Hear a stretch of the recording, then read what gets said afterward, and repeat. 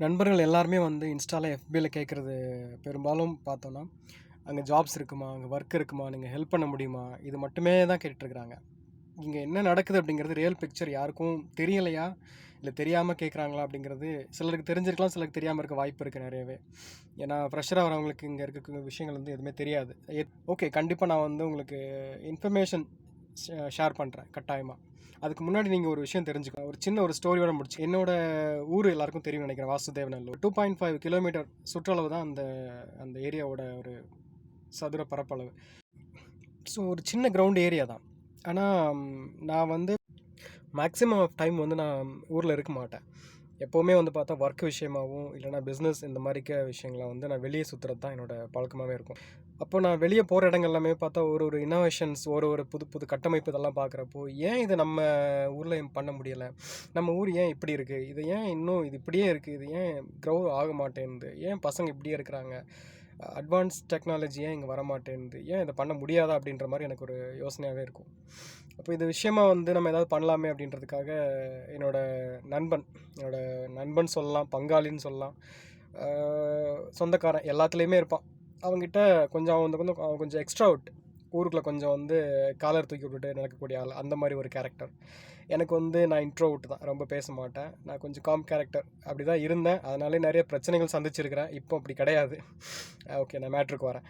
அப்போ அவனும் நானும் உட்காந்து பெரும்பாலும் நாங்கள் 2 பேர் தான் அப்படின்றது தான் பொதுவாக இருக்கும். அது பல பேருக்கு கோவத்தை உண்டாக்கும். அதை நான் அதை பற்றி கவலைப்பட்டது கிடையாது. ஸோ அவங்ககிட்ட நான் உட்காந்து பேசுகிறேன். ஏன் மகேஷா இந்த மாதிரி பண்ண முடியாது? இந்த மாதிரி ஏன் நம்ம ஊரை வந்து கட்டமைக்க முடியாது அப்படின்னு சொல்லிட்டு அவங்ககிட்ட கேட்குறப்போ, பொறுமையாக உட்காந்து நான் பேசுகிறதுக்கெல்லாம் வந்து தலையாடிட்டே இருந்தான்.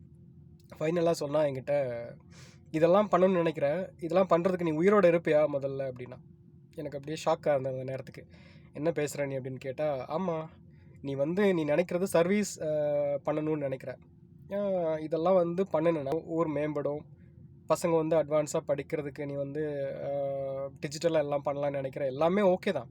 ஆனால் இது எல்லாத்தையுமே வந்து பிஸ்னஸாக வந்து பண்ணிகிட்ருக்காங்க, தொழிலாக பண்ணுறாங்க, அதில் காசு சம்பாரிச்சிட்ருக்குறாங்க. இவங்களோட வாழ்வாதாரத்தில் நீ கை வைக்கிற அப்படிங்கிறப்போ உன்னை வந்து அவங்க உயிரோடு விடுவாங்களா அப்படிங்கிற மாதிரி ஒரு பதில் சொன்னான். எனக்கு அந்த ஆரம்பத்தில் வந்து அவன் சொன்னது ஒரு மாதிரி ஷாக்காக இருந்தாலும், சில வருஷங்கள் போக போக தான் வந்து நான் கொஞ்ச நாளுக்கு அப்புறமா ஊரில் ஸ்டே பண்ணி அங்கே தொழில் அப்படின்றப்போ பண்ண ஆரம்பிச்சுக்கிறப்பட்டு தான் அதெல்லாம் அப்சர்வ் பண்ண ஆரம்பித்தேன். ஓகே, இதெல்லாம் உண்மை தான், நம்மளால் அங்கே எதுவுமே பண்ண முடியாது அப்படிங்கிற அந்த உண்மையை புரிஞ்சுக்கிட்டேன். சரி, இதுக்கு மேலே ஒன்றும் பண்ண முடியாது, மக்கள் அதுக்கு வந்து ஒத்துழைக்கணும், மாற்றம் வந்து மக்கள்கிட்ட இருந்து வரணுன்ற அந்த ஒரு விஷயத்துக்காக நான் வந்து அது எல்லாத்தையும் தள்ளி விட்டுட்டு என்னையை நான் வந்து க்ரோ அப் பண்ணிக்கணும் அப்படின்றதில் மட்டுமே ஃபோக்கஸ் பண்ண ஆரம்பிச்சேன்.